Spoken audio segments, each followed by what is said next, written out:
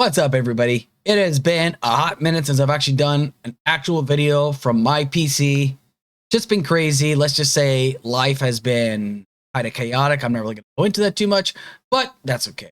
So recently, the biggest hot topic right now, obviously, is the shooting that took place in Minneapolis, Minnesota, where Renee Good was killed by an ICE officer. Now, the reason why I'm saying it like this is because here's the thing.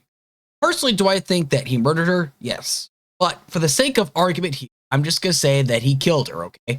I personally do believe it. This is my own personal interpretation of it. Now, if the investigation comes out that they don't classify it as murder, the fact of the matter is that, and when I evaluate this situation as somebody that's been in a similar situation as Agent Ross, basically how I'm saying this is I'm going to evaluate this from a complete tactical perspective. And I'm going to basically see other content creators and how they're evaluating the situation. But then I'm going to kind of go out into the nuance as to why this was not a good shoot.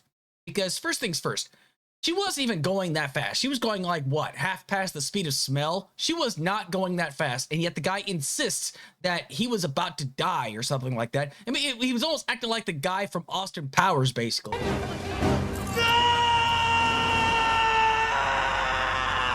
Watch out! Watch out! So, the first person we're going to review is we're going to, now I'm not going to have the entire video of Angry Cops play. I'm probably just going to skip around here and there. So you have to bear with me on this. I'm just going to get to all the real juicy parts that he actually talks about. Now, for the record, I like Angry Cops. I like his content. I probably don't agree with his politics, but I like his videos. He's a very entertaining guy. He thinks he's a very charming, good dude, essentially. But we're going to go over his videos, and when it gets down to the nitty-gritty of the tactical scenario, I'm then going to evaluate it piece by piece. A general overview of what we know right now about this officer-involved shooting. ICE agents are operating in Minneapolis, Minnesota, and they're conducting an investigation. During that investigation, one of the ICE agents' unmarked vehicles are stuck in the snow. While stuck in the snow, the ICE agents radio to others that they need assistance. Now, during the time that the ICE agents are stuck in the snow, that other agents begin to arrive so they can assist them in getting unstuck, a group of anti-ICE protesters, at this moment known as ICE Watch, block the road and obstruct traffic. The protest vehicles obstruct the roadways where the ICE agents' vehicles are located during this investigation, and that also includes civilian vehicles that aren't associated with the investigation. ICE agents then approach the vehicle that is obstructing traffic. That vehicle attempts to drive off while ICE agents are making contact with it, and in the process potentially strikes an ICE agent, resulting in that agent discharging his firearm and striking the driver of that vehicle. The driver received medical aid on scene, but was pronounced dead from their injuries. He pretty much broke it down from like a 30,000 foot view to a position to where people are like, oh yeah, this is what happened, and this is the scenario that basically how it played out. So first things first, the thing I have to address first is like they're saying that one of those vehicles was stuck in the snow. Let's see how that vehicle was stuck in the snow, and I would know because I've actually gotten vehicles stuck in snow, and yes, it does suck. But again, that's just a petty point for me to bring up, essentially. But the fact of the matter is, when they said that they approached the vehicle, right? My first big critique is if they really do feel like she was blocking traffic, when you will actually see in later videos that she was actually waving traffic to pass on by. So it doesn't necessarily mean that she was blocking traffic, essentially. But my first big question for ICE is why is it that they decide to attempt to gain entry to the vehicle by walking up to it first? In a scenario like this, if you feel like somebody's an actual threat, if you want to make sure they don't leave, the thing you would tend to do is you would actually block their vehicle with your vehicle. You don't, as the individual, get in front of vehicles. You don't get out on your own two legs and automatically assume everything's going to be fine and dandy. In a situation like this, if ICE really felt like she was interrupting their duties, or if they actually felt like she was impeding their duties and whatnot, if they really wanted to pull her out and detain her, if they really wanted to do it the right way, they should have used their vehicles to block her off, basically, if they felt that she was that much of a problem. But no, instead of actually trying to de-escalate the situation, they were heard saying, get the fuck out of the car right now.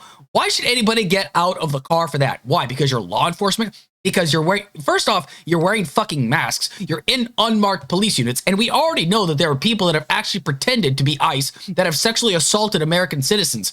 So here's the thing. It's a problem already enough when you've got ICE agents that are walking around masked up in unmarked units. And obviously people are going to be intimidated by this because ICE already has a track record of snatching up American citizens, realizing that these are actual American citizens, and then just dumping them off like happened to Jonathan Garcia in Minneapolis, Minnesota. They snatched him up where he works at Target, realized he was an American citizen, and then dumped him off a few miles away at the Walmart. They treated him like an animal. So first things first, ICE already fucked up here. They should have approached this vehicle, and if you really feel like this was a scenario where you felt this person was an actual threat and you actually do want to detain this person, you could always block them to make sure they don't leave. And guess what happens? She's not going to be able to leave that scenario. But let's go ahead and continue. Everything in life, it's not that simple, is it? Now, once the internet got a hold of some of the video by some of the protesters and other witnesses that were around the incident, of course, the internet took it and ran with it. And just like that, the internet has been filled with use of force lawyers. Those determining what is or what isn't legal, what is or what isn't justified, and trying to place intent on the driver or the ICE agent that fired his duty weapon. And that also includes intentionally leaving out other videos or deleting comments that could or do conflict with their statements or their point of view. So let's determine one thing right off the damn gate, okay? This is your 2026. People are going to see a story and they're going to take and they're going to run with it. Regardless of what political side of the spectrum you are on, you're going to take a story, you're going to run with it, and you're going to basically critique it from a certain point of view, and everybody is going to Monday morning quarterback everything, okay? That's just the way things are. That's how things is. Everyone's a firearms expert. Everybody's a legal expert. It's just the way things are, okay? So I can say this as a subject matter expert, essentially, based upon what I've seen. And listen, I didn't make a determination until I saw all the different angles of all the footage and whatnot. But once I saw his footage, that's when everything really started to click into place, basically.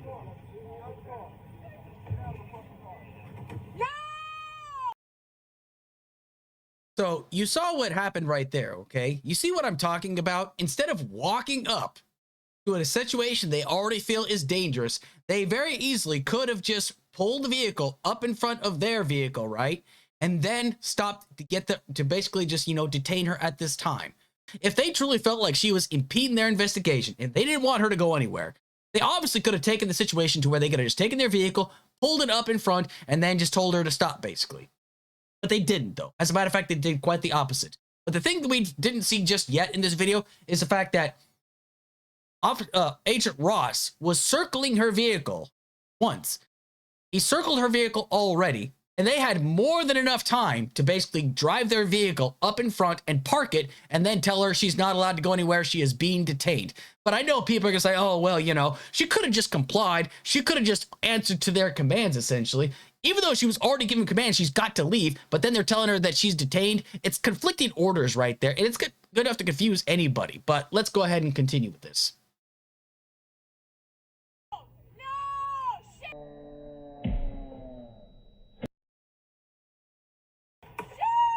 And now we get to the aftermath of the shooting, the conclusion, the aid that's given medically to Miss Good, and also the 911 dispatch calls, which I've received and I'll share with you. In some of the videos from the aftermath, it shows officers walking away, specifically the officer that shot Miss Good. People say that that's a red flag. They also state that nobody was giving her medical aid fast enough, and that civilians on the side of the road were stating that they could render aid, or that they were medical physicians themselves and could assist the officers. Can I go check a pulse? No!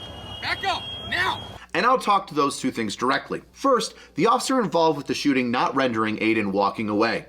It's normal practice for an officer who gets involved with an officer-involved shooting to immediately remove himself from the area and allow other officers to render aid. There are already dozens of other officers there, ICE agents, etc., that can assist Miss Good after being shot and the vehicle stopping. Why the officers involved in the shooting walk away from incidents like that is to protect the integrity of an officer-involved shooting investigation.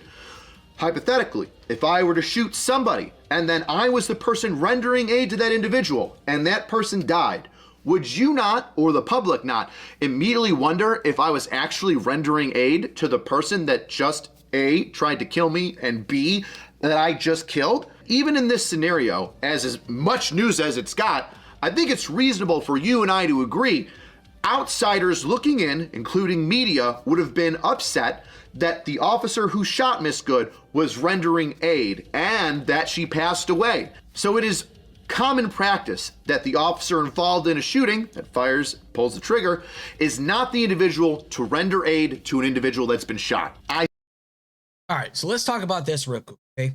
First things first, I have never ever seen a scenario where an officer involved shooting and they part themselves from the situation, or they don't make themselves, or they make themselves scarce. Because here's the thing, Agent Ross didn't make himself scarce, you know, like regarding that. He fucking left. He left the whole fucking scene. He drove away in another vehicle. I have never seen law enforcement do anything like that. And listen, I've seen a lot of police involved shootings, right? They never ever just pack up and go. They are supposed to remain on site normally. Now, do I have that policy right in front of me? No, but I could probably look it up as well. But we need to understand something, though. That's not important.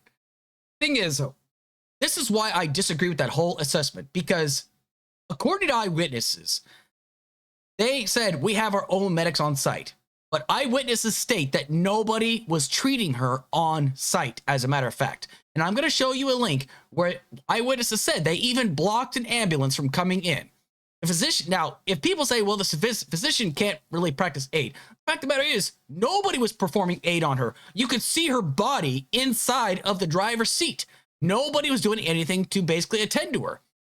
I don't understand how anybody could actually say, oh, well, you know, you kind of have to, you know, and because if it looks like you're not getting, you're rendering aid, you might, listen, any pragmatic person, especially those that have body cam footage, if you hit somebody, if you shoot somebody, there's a good chance, like, if they especially need aid, what are you going to say? Fuck no, I'm not going to take care of you. No, I'm not going to treat you. No, I'm not going to do any of that.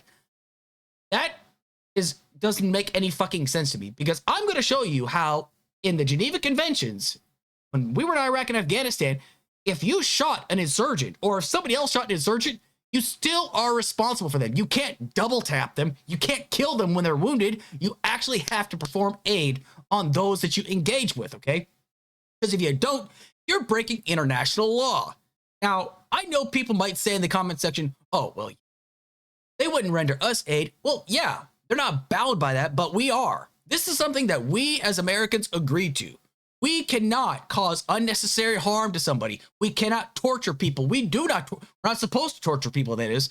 But the thing is, why is it that we can do one set of rules for insurgents or terrorist groups in another country, but we can't perform that for our own citizens? Are you really that afraid that people are like, oh my God, they're not actually performing aid on her? Well, here's the thing. If you are incapable of performing aid, that's one thing, okay? But if you're not going to do anything about that, that makes you complicit into what's going on. Because we have to remember something. We don't know if she was still alive or if she was dead by the time she slammed, like by the time Renee Good's vehicle slammed in the back of that car. We don't know. And no one's ever going to know these things probably. They're probably going to do an investigation upon this, but then we're going to find out, did anybody actually perform immediate aid to find out if she was still alive? And if they say no, they are fucked, honestly. Or at least they should be. Because the thing is, that is your scenario. That is your responsibility. That entire scene was totally fucked from the get-go. And I know I'm cursing a lot, but it's just how I talk, okay? But if you're going to sit here and tell me it's like, oh, well, he shouldn't have performed any aid. Okay, fine. Why didn't anybody else perform any aid? And why the hell did Agent Ross disappear like that? He clearly, and he said, he didn't even say in the video whether he was hit or not. He's like supposedly hit. So we don't even know if he was or if he was not hit. So if anybody can explain to me or try to say, oh, well, you know, you're not supposed to treat anybody. So what the hell are you waiting on exactly? Because from what I've seen and all the eyewitness statements, they said, where are the medics? It's like, we've got medics on station. It's like, where the fuck are they? And they didn't answer that question. So that's already highly suspect of what's going on right now. I see that as a non-issue, but let me know if you disagree. Second, the rendering of aid by an individual that's on scene. We already have a chaotic scene where individuals have tried to prevent ICE agents from doing their investigation, and it's resulted in an officer-involved shooting. At this time, I think we can understand that the optics of allowing random people into an evidentiary lockdown area because it's an officer-involved shooting is a bad idea. But the question is, again, where were the people that have, and the thing is, every law enforcement individual every soldier has some level of first aid training, essentially. When was anybody performing any aid on her? That's the question right now. Those are the things that we do not know, because the eyewitness said, where the fuck are the medics? They were very, very specific about this. The ICE agents did not answer them. We could clearly see Renee Good in the driver's seat of her van or vehicle, SUV, whatever you want to, I don't care, in the driver's seat of her vehicle, and nobody was performing any kind of aid on her or checking to see if she was still alive or if she was dead. Most officers are already trained in some form of quick combat casualty care. Tourniquets, quick clot, Israeli bandages, and pressure in order to assist somebody in living, to include CPR. And as we'll see in just a moment, when I break down the radio log, Miss Good is rendered aid immediately by professionals, a step above law enforcement officers, the fire department, and their much better trained staff. I'm not sure if the fire department here has paramedics on it, but I've yet to see a fire department that doesn't have somebody medically qualified as a paramedic assisting them when it comes to incidents where individuals are injured, shot, etc. before medical personnel arrive. And when I say medical personnel, I mean the ambulance, ambulatory individuals. So now that we've broken down this scenario, the next portion of the video shows the detainment. After Miss Good waves on a vehicle, ICE agents in an unmarked car activate their lights and exit their vehicle and tell Miss Good to step out. They further their actions by going up to Miss Good's vehicle, trying to open the door and remove her from her vehicle. Now, some people say that ICE cannot conduct traffic stops, which may be correct or maybe playing in the gray a little bit, but ICE agents do have the authority to stop vehicles and effect an arrest or detain somebody if an individual is obstructing an investigation, which, if we backtrack it to the beginning, was the intent of Miss Good being at the ICE agent's location during their investigation. Now, okay, so back to this scenario right here. Again, if she was that much of a threat, did they bother to call local law enforcement? Because honestly, in a situation like this, a pragmatic person would say, maybe we should contact local law enforcement and say, hey, listen, we've got this person out here. She's harassing us. She's impeding our duties. Can you guys take care of this? Maybe Minneapolis PD would basically be willing to help out. And if not, they could have a record indicating, hey, we tried everything. But again, why didn't they just take their vehicles and park them in front of her vehicle to ensure she couldn't go anywhere? Their method of approaching that vehicle, I'm sorry, that is just really lazy. That's just bad. And the thing is, I don't think these guys were doing it because they want to de-escalate the situation, because they clearly were not about de-escalation the scenario, especially the way that they were very aggressive. They said, get the fuck out of the vehicle. They weren't saying, ma'am, could you please step out? No, they were being very rude. They were being very crass. I think it's just because they think they're a bunch of bullies and they can do whatever the fuck they want to. They think that they just could push random people around. That's probably what they were doing. That's probably why they did it, because these guys pretty much have carte blanche. It's been said by Stephen Baby Goebbels Miller that you have carte blanche to do whatever the fuck you want to do. So that's the way they're acting. I use the word detained instead of arrest intentionally. Specifically in New York, where I'm from, detain means that the individual that's stopped feels as though they're not free to leave. And that can be done in several different ways, which I touched on, and I'll repeat for you again. A law enforcement officer activates the lights in an unmarked car, not uncommon. Gets out of the vehicle, dressed as a uniformed officer. In fact, Miss Good understands that she's there to intentionally prevent ICE agents from conducting an investigation. So she understands contact with an ICE agent, very possible. That ICE agent then gives verbal commands to get out of the vehicle. Now, I know some comments might say, well, it didn't say ICE, it didn't say police, you can't really make it out at that time. Once again, Miss Good is there to intentionally disrupt the investigation of ICE agents. Although it is an unmarked vehicle, it activates its lights, and a uniformed officer steps out of the vehicle giving verbal commands. A reasonable person would understand that they, at that time, are detained and not free to leave. And when it comes down to a situation about, now listen, I'm not a First Amendment auditor whatsoever, so I'm not going to sit here and say I'm a subject matter expert. But the thing is, though, had the agent said you are detained instead of saying get the fuck out of the car, maybe it could have been a little bit more clear. But again, we're just, it's all about the semantics game. It's all about like nitpicking here. Fine. If you want to just sit here and say, well, they said get the fuck out of the car, they could have just said you're detained, step out of the vehicle. They didn't even attempt to de-escalate the situation. They decided that they wanted to escalate to the next fucking level. That's what they did. And he's trying to say, basically seem like these guys were legitimate and justified in doing so. Now, it's going to be coming down later on the line that they're going to say, oh yeah, she was there to block off police officers, stuff like that. And again, if that is the case, if she was there to just block off and impede on their investigations, where was local law enforcement? Because we have to remember something. Local law enforcement can help assist in this scenario.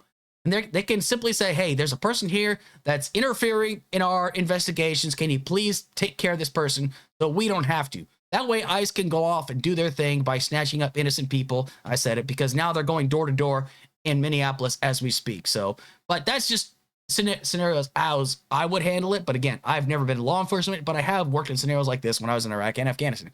I didn't do it in Afghanistan, but Iraq, I've done this many, many, many times. And that detention is highlighted even more after the officer gives and continues to give commands to get out of the vehicle while attempting to open the door and remove Miss Good from the vehicle. Now, without trying to sound a little too sarcastic, as I am trying to be straightforward with this, could you imagine what may or may not have happened had she complied with the ICE officer with lights on his vehicle, in uniform, giving a direct command to get out of your vehicle and then attempting to open and remove her from the vehicle? Now, at this point in the incident, this is where the controversy begins. This is where attorneys, politicians, late night TV shows, and other members of the public really focus on. At this moment of the interaction, Miss Good puts her vehicle in reverse and backs up a short distance, and then puts her vehicle in drive as an ICE officer goes in front of her vehicle, making his way around to the driver's side.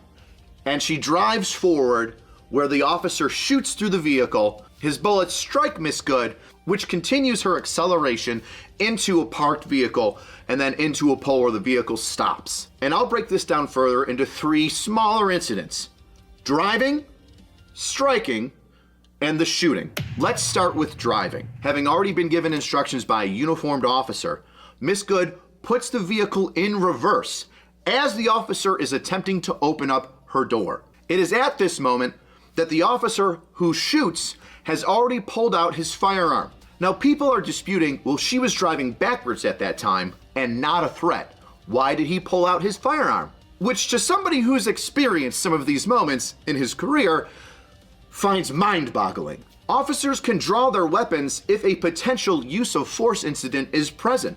Potential. An officer doesn't have to wait for a firearm to be pulled out and then pointed at him to then draw their service weapon. An officer, and this is usually in their manual of procedures, can draw his weapon when he feels threatened or that there is a potential for violence, to include deadly force. An example: if I do a traffic stop and I see somebody rooting around in the center console aggressively digging at something, I could infer that they could be reaching for a weapon.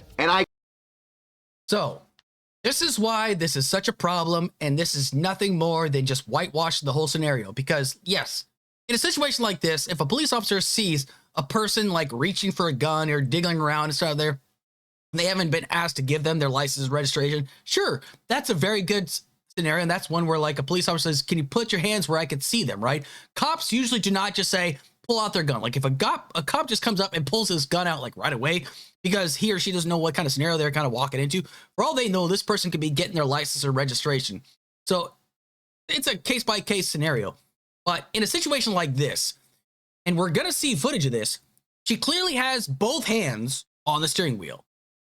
He starts to back up, and you're going to see as Agent Ross comes around, you'll see that she turns the wheel to the right, meaning she is not aiming towards him, meaning that she is just leaving the seat. Now, before I continue with the video, let's cover a few things real quick, okay? As cops, we're responsible for every single round that leaves our weapon. Eric Ballier is a 25-year career federal agent who most recently oversaw use of force investigations for Homeland Security Investigations, or HSI. We asked him what to make of the tactics used by federal agents in the fatal Minnesota shooting. In my 25 years, I've done hundreds of vehicle stops. If someone is fleeing, that is not a justification for the use of deadly force. In this moment, the officer crosses in front of the vehicle. He opens fire on the driver, 37-year-old Renee Good.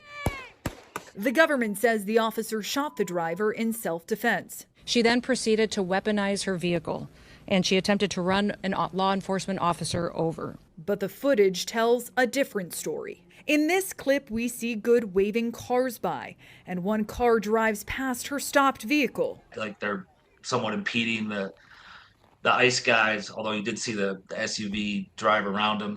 Next, officers exit the car and approach Good's vehicle. Right out of the gate, it's escalatory in nature.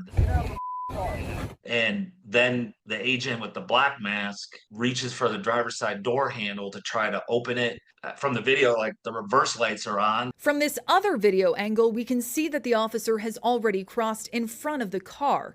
He's holding a cell phone. They are trying to essentially take some sort of recording or photograph of the driver to show or identify her as a antagonist to their enforcement operations. What he does is cross in front of and stay in front of a occupied running vehicle. You should not be intentionally putting yourself in front of a vehicle unless absolutely necessary. And with a cell phone in his left hand, he draws his pistol with his right hand, and in very quick succession, rattles off 3 rounds.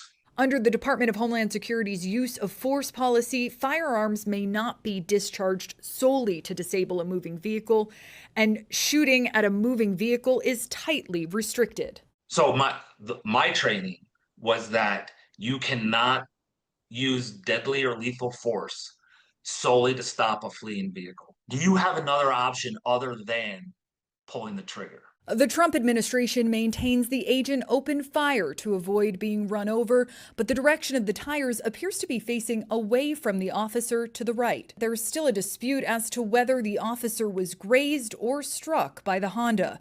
He continues to fire even after moving out of the way of the vehicle. If she is intentionally trying to hit that agent or officer, those tires are pointed in the opposite direction, and the vehicle's trajectory after the shots would be continuing to the left. After 3 shots, the car veers away. Oh my God! According to Ballier, both the officer's gunfire and the car accelerating could have put agents and the surrounding crowd of bystanders in danger. These are all factors that law enforcement officers have to weigh before pulling the trigger. I would say that's a much more, articulated and more pragmatic response here. That's a guy that spent 25 years in law enforcement. That's a guy that spent a great deal of time, he says, done many, many different traffic stops. And he says there's never a scenario where you're supposed to use deadly force to disable a vehicle. Now, I'm going to give you a little bit of, anecdotal, right? In Iraq, we had things called the rules of engagement, right? Anytime you had something called a traffic control point or TCP, so that's what a traffic control point looks right there, okay?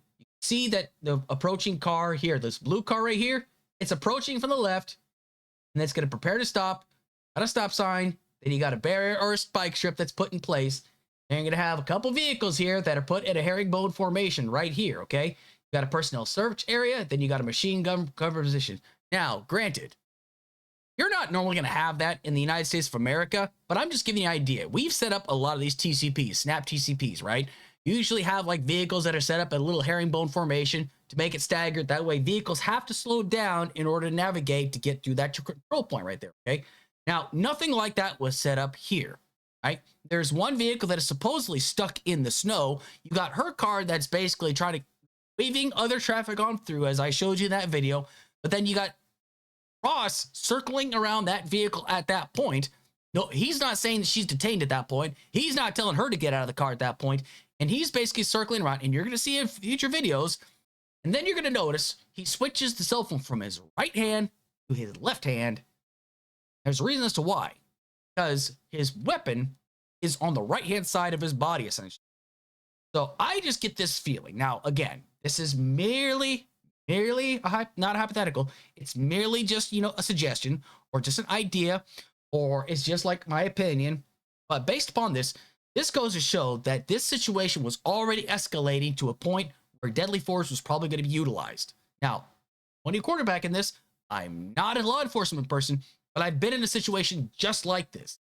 Now, we've already used the word intent. From an officer's perspective, after giving verbal warnings to an individual to get out of the vehicle while wearing their uniform and having their overhead lights, that person decides to move their vehicle, as in shift, to reverse, and move. And this is while an officer is attempting to open the door and attached physically to the vehicle. It is reasonable to assume that that person is now going to try and drive away, possibly into officers, in an attempt to flee. Even though I just showed you a video from another expert, another man, another person that was a veteran of the police community said, you're supposed to step back in a situation like that. That's not what happened here. He's trying to suggest here, Angry Cops is trying to suggest that they were trying to drive into police officers, or into the ICE agents. That's what he just tried to suggest. And that is dangerous. Even though another police officer, a guy with 25 years experience, is indicating that if she was trying to hit them, she wouldn't have turned the vehicles to the right. She would have turned it to the left. Now, if she turned to the left, you would have a better case about that, but that's not what happened here. We're all seeing the same video, right? Am I right? They have already shown that they will disregard the verbal orders and the physical action of the officer trying to open up the door and drive away. And now we get into a micro point that people are really dialed into, and that is where the front tire is turned to. Individuals are stating that because the wheel was turned a certain way, that adds additional intent or shows the thought process of Miss Good as she backs up and drives forward. Some people state that because her front wheels are straight and pointing towards the ICE officer in front of her vehicle as she accelerates, but the wheels don't get traction, it shows that she was willing to strike the individual officer in front of her vehicle. Others... Nope, that's not what it says at all. Here, I've got another video that I'm going to show towards you, and it's going to go from his perspective. And it's going to basically prove that he saw that her vehicle was turning a certain direction. This is from another news source right here. Angle released Friday gives us nearly a full minute of context before the fatal shooting. We see Renee Good calm and smiling, her wife agitated, and the agent's point of view when he opened fire. Y'all saw that, right? See that? Let's see it again. Point of view when he opened fire. You see that?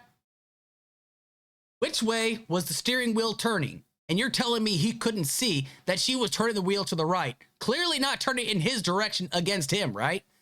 I mean, it is clear as day that you could see her turning the vehicle to the right, not towards the left, not straight ahead, which basically indicates that she was not gunning for him.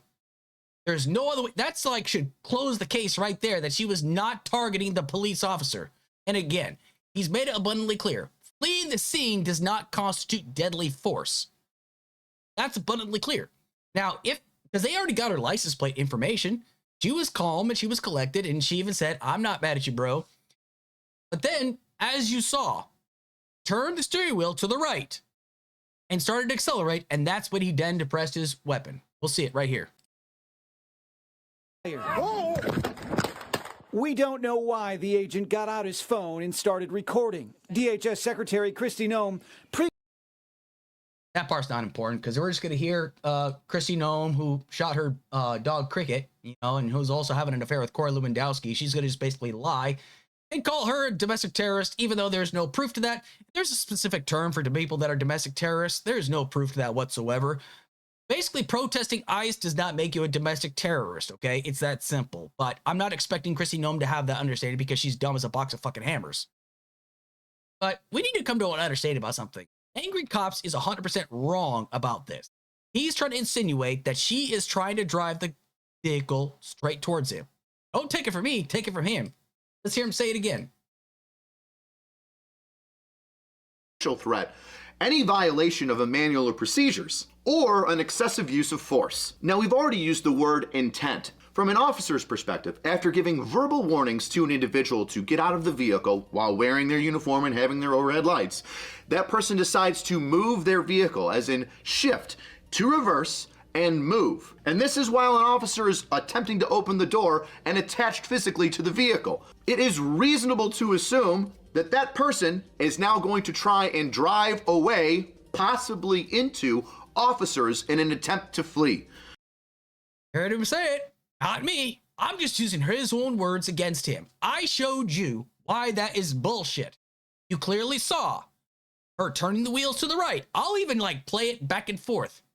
She wasn't targeting the ICE agent, and let alone the fact that it does not constitute deadly force when she's just trying to flee the scene. Should she have tried to flee the scene? Probably not, okay? I'll concede that. She shouldn't have fled the scene. It doesn't constitute deadly force. She clearly wasn't a clear and present danger to anybody else. So honestly, this whole thing just cancels his entire argument from here on out. But we're going to go ahead and continue it. They have already shown that they will disregard the verbal orders and the physical action of the officer trying to open up the door and drive away. And now we get into a micro point that people are really dialed into. And that is where the front tire is turned to. Individuals are stating that because the wheel was turned a certain way, that adds additional intent or shows the thought process of Miss Good as she backs up and drives forward. Some people state that because her front wheels are straight and pointing towards the ICE officer in front of her vehicle as she accelerates, but the wheels don't get traction, it shows that she was willing to strike the individual officer. No, it doesn't. No, it does not. I've just shown the other report that indicates that's not true. It showed that she was turning the steering wheel to the right. How many times do I got to say it? And I'm going to keep saying it because it's fucking true. In front of her vehicle. Others are saying that because she turned the wheel shortly thereafter, that is an attempt in order to avoid the officers, and therefore has no liability and is zero threat to the officer that's in front of her vehicle making his way around to the driver's side. Which makes me want to rehash how we got here. And this will come up again shortly when I talk about the shooting, the actual shots being fired. Miss Good is there intentionally to obstruct ICE officers in their official duties. She is detained by ICE officers when they activate their lights, step out of the vehicle in uniform, given verbal directions to get out of the car, have that officer then reach for the handle and attempt to open the door physically and remove her, and now she has chose to ignore those verbal commands, put the vehicle in reverse, and drive a short distance, couple feet, as an officer in front of her vehicle making his way to the driver's side pulls out his firearm. Having all of these things happen in the order that I stated, Miss Good then makes the decision to accelerate. Any defense attorney would have an extremely difficult time trying to defend Miss Good if she stated that she didn't know that she was detained at that moment. Once again, intentional obstruction, lights, officer in uniform, verbal commands, attempt to physically open and remove the driver, backs up as another officer draws his firearm and points it at the vehicle, at her, the driver. Here's the problem, though. They didn't attempt to de-escalate the situation. The situation, they decided to escalate it to a level it never should have gotten to. Now, you could say, had she just complied, everything would be fine. She'd probably still be alive. That's fine. But at the same time, though, again, why didn't they just take their vehicles and park it in front of her vehicle if they really thought that she was that much of a threat? And again, police policy tends to be that a vehicle that flees the scene does not constitute deadly force. There's no proof that she was contributing to deadly force. There's no proof that she was displaying hostile act, hostile intent. You can see both of her hands were clear on the steering wheel. She didn't display any hostile attitude whatsoever. So where exactly is the threat? Where exactly is the threat level? Now, he's going to bring up the fact that there is video evidence, or like a guy that, like Agent Ross was involved in another scenario where he got drugged like 300 feet by a guy that was a known kidnapper. Okay, fine.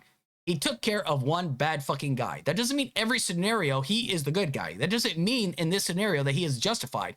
This is a totally different scenario. This is a totally different way of thinking, essentially. Now, in a situation like this, now I have been in a situation like this where vehicles were actually approaching towards us at a high rate of speed, all right? You've got certain things. You've got like signs at your TCP. It says slow down. Like, especially if like you're in a foreign country, like in Iraq or something like that, you would have like a sign that says checkpoint ahead in Arabic, and it says, please slow down 5 miles per hour, or the whole none of that, just stuff like that, right? Now, they didn't have the luxury for that in this scenario. I'm granting that. I'm granted they didn't have that in this scenario.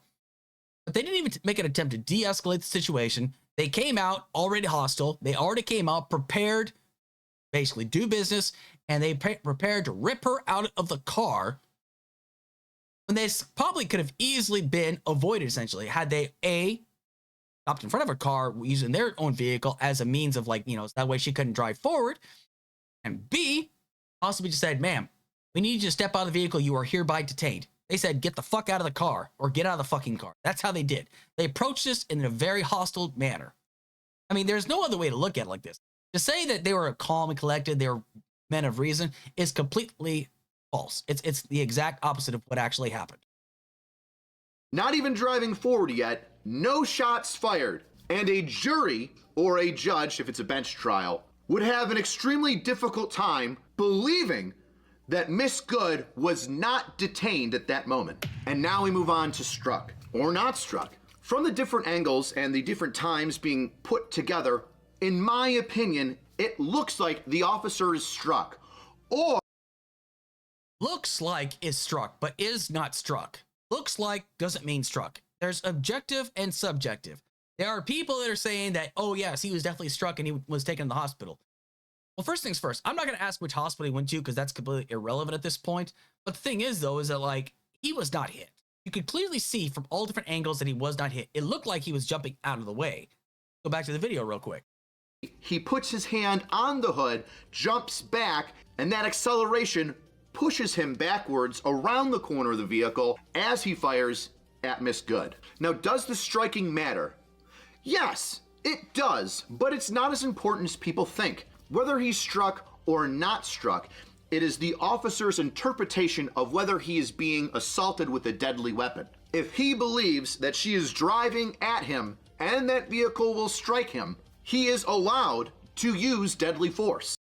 Once again, I don't know why I keep on having to rehash this, but I guess I just really got to just bury this and drive this point home.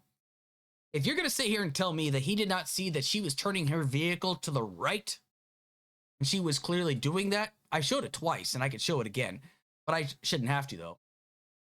You can clearly see her turning the vehicle to the right, which means she's probably going to be driving away from there, which means she's not demonstrating any hostile act or hostile intent in that scenario. After him getting insulted by her wife, you could probably tell that he was probably really amped up and probably really pissed off because nobody wants to be out there in the fucking cold, you know, doing jobs like this. I know you signed up for that, but nobody, already people are probably getting a bad mood. I'm not saying that's okay, but she told him, why don't you go out and get a sandwich, big boy? Then when you clearly see her turning the wheel to the right, and then she starts to accelerate forward, that's when he depresses his firearm. One goes in the windshield, the other two goes in the driver's side door. You're telling me that he, at that point, felt like he was being threatened, that they were threatening to use deadly force at the time? I'm sorry, I don't buy it. Let me break that down because I know you're getting upset. What do you mean if he believes it? From a victim's standpoint, if I go up to an old person with a squirt gun, but it doesn't have any orange tip and it looks like a firearm, and I point it at them and I say, hey, give me your money, and then they pull out their .44 Magnum and proceed to put every bullet through my sternum, I am at fault. Why? Because the victim, the individual, reasonably believed that I had pulled out a firearm with the intent to rob them, which is a deadly force authorized situation. If I pull out a knife and start screaming at you, you feel that I may stab you with that knife. My intent may be to put it away. It could be a rubber knife. But you as the victim feel, and reasonably so, that I am threatening you with a knife and that I will stab you, or I have the potential to stab you. That is also a deadly force authorized incident. So, an ICE agent crossing over the front of the vehicle, having seen the vehicle back up while an officer is trying to open the door, post verbal warnings and the lights being on and detainment, reasonably believes that that person, after backing up, could potentially run his partner that's on the vehicle or him over, draws his firearm. The vehicle then lunges forward and accelerates, to which he believes he is about to be struck by a vehicle and fires. Yeah, this is how fast that vehicle is basically going. Let's play this little.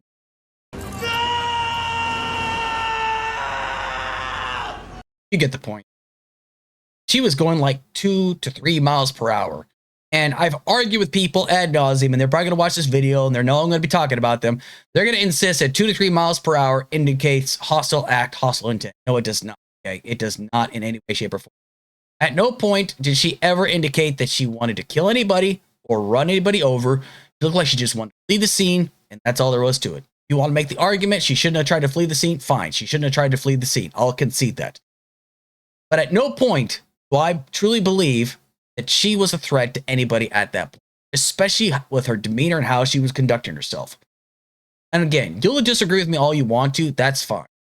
But I really want y'all to think about this in a very objective fact, okay? You've already got ICE agents that are surrounding the scenario. You mean to tell me they can't handle one person in one vehicle? Obviously not. It looks like they can't even handle a situation like that. This is what happens whenever you put people that just want to act like cowboys in charge of a scenario where they're trying to detain somebody without any real justifiable reason, essentially.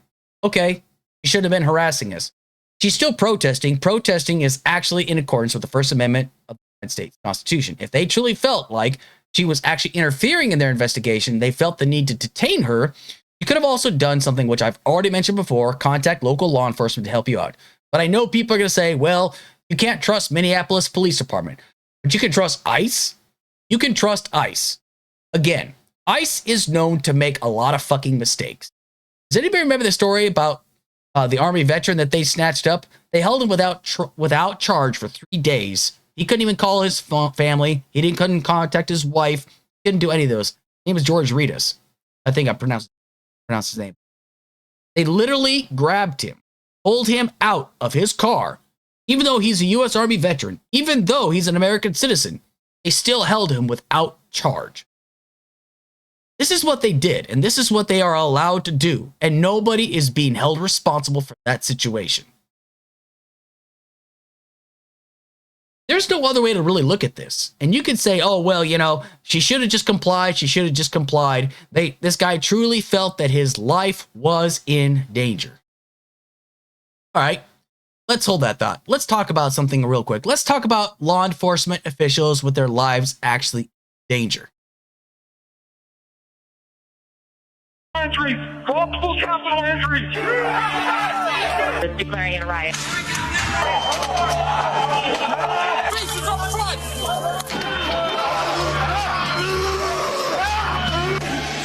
Can I speak to Pelosi? Yeah, we're coming, bitch! Oh, my bitch, we're coming for you too! Just saying.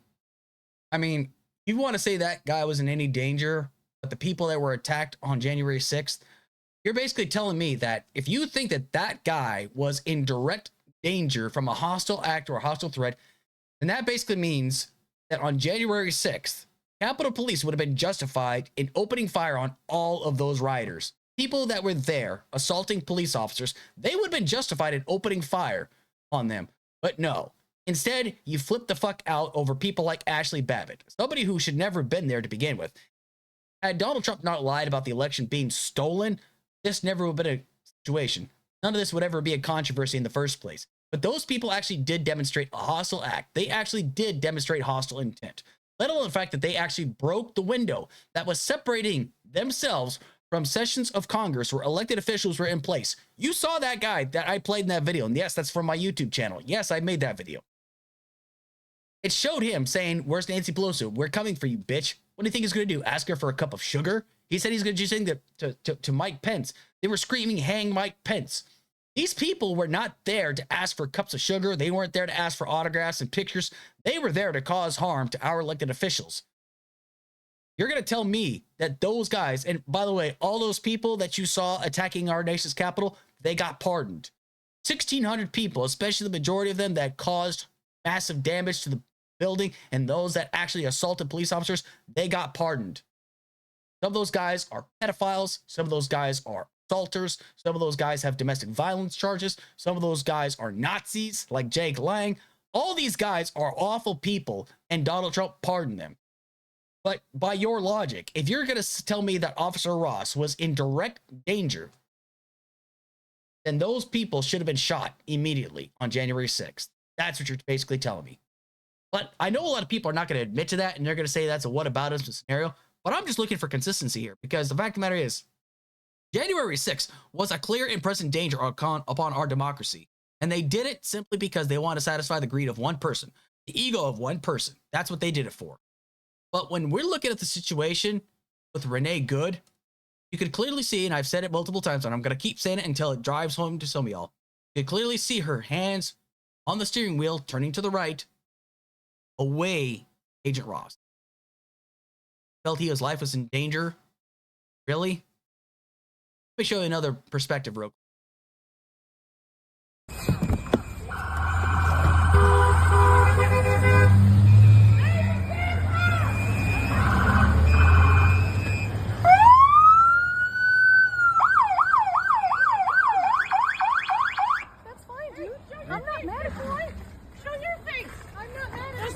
Change our plates every morning, just so you know.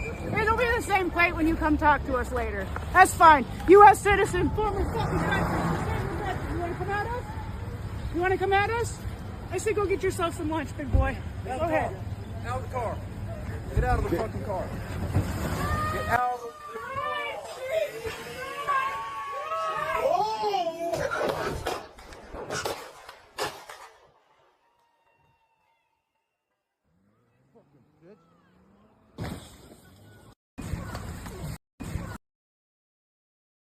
Yeah. Fucking bitch.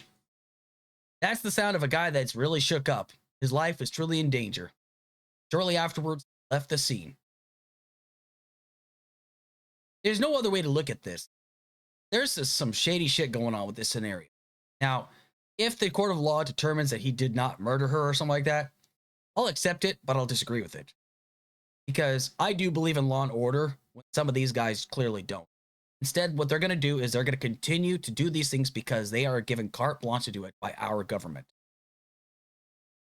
Now they're going door to door, knocking on people's doors, looking. If you're not worried and concerned, you should be.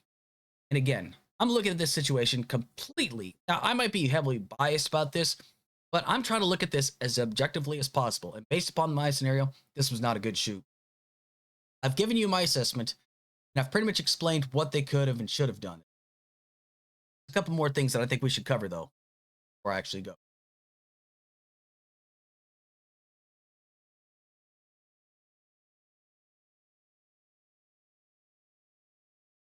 This right here is from the U.S. Customs and Border Protection 2013.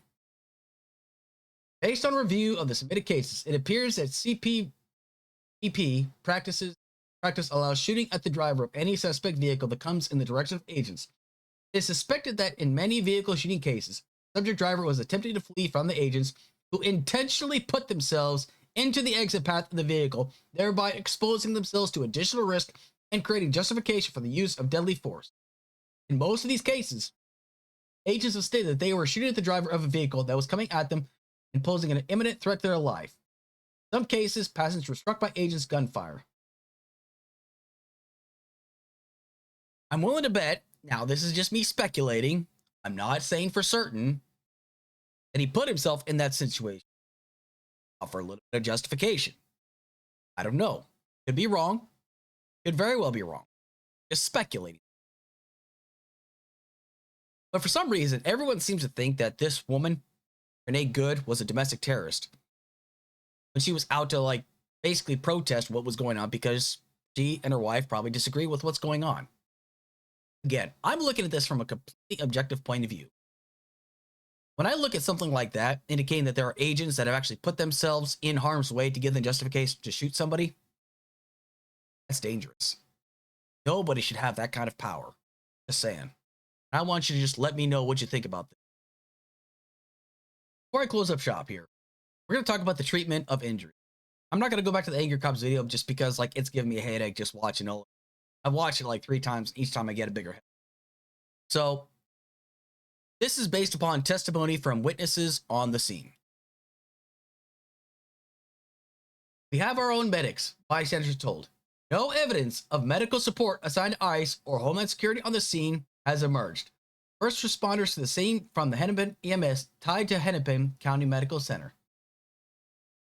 And then Video from the scene does not show federal agents rendering aid to Good. Minneapolis officials said firefighters removed Good from the vehicle and immediately began life-saving measures until paramedics could respond. Miller said from what she saw, Good could not have been likely to survive the close-range shots to the head by the ICJ, but it took 15 minutes for ambulance to arrive because vehicles were blocking the street, she said. Hennepin County Medical Center is an 8-minute drive north of the shooting scene. When they did arrive, they couldn't get through with the ambulance. Miller told Haley Jackson on NBC News. They just came on foot and then examined her for a few minutes, maybe 5 minutes. They carried her out by her limbs like a sack of potatoes. There was no stretcher. They had to walk her to the corner to get closer to the ambulance. Wow. So that's basically what they're telling us. They didn't offer any real explanation to this.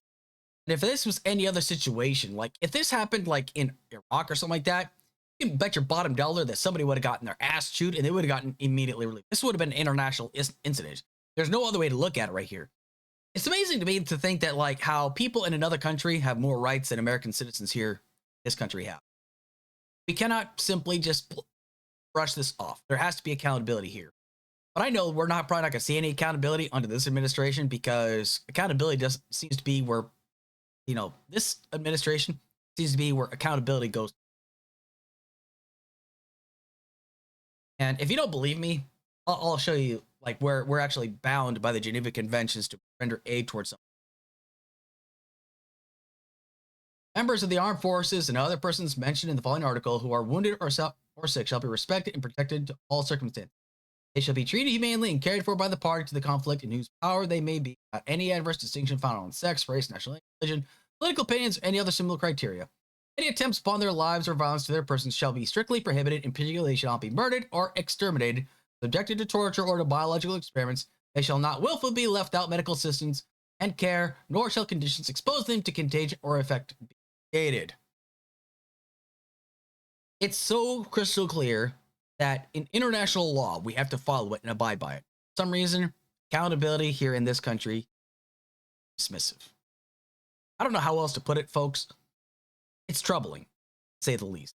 But anyway, I've been talking for a hot minute on this issue, and I've got a massive headache going. My final assessment about this, you can definitely say Renee could have avoided the situation by A, not putting herself in this situation. You can also say she shouldn't have been protesting. You can say she probably should have complied. Fine, you can say all those things, okay? I do believe that she has every right to be out there protesting. But it comes down to impeding an investigation. It's a misdemeanor, essentially. And in the situation of the police, and especially the ICE agents, if they truly did believe that she was inhibiting and impeding on their investigation, they could have handled it a hell of a lot better. But we're not going to see any of these guys take accountability. They're not going to say, well, maybe we should just try to approach it from a much more calm and rational standpoint. And they're definitely not going to say, well, maybe we should, hold each other accountable. They're not going to do that. If they really felt like she was a danger to that scenario, they could have just as easily pulled in front of her car, her SUV, and told her, you're detained, please exit your vehicle. But they didn't. They approached it in a completely hostile manner, and the way that they came across this was like, we're in charge right here, and there's not shit you can do about it. All this is going to do is make their job harder and other law enforcement duties more difficult.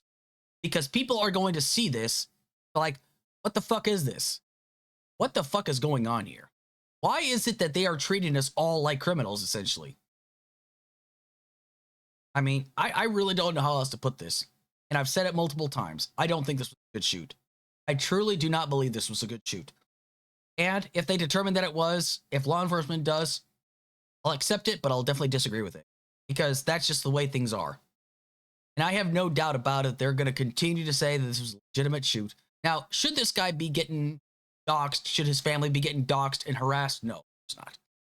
Do I think that he should stand, do I think that he actually should be held accountable for this? Absolutely. 100%. I still want to take time to believe that law and order is something that does actually occur in this country. I do actually want to say without a doubt that I do believe in law and order, and I do believe in justice. This was not justice. This was not law and order. This was just completely unacceptable. That's my final assessment. I don't think it's a good shoot. If Angry Cops, if you want to talk about it sometime, I'm open to do it. Just got to let me know the time you want to do this. Anyway, if you want to let me know what you say in the comment section, you can tell me right, wrong. You tell me how much I suck. You should tell me like all those things. I don't give a shit.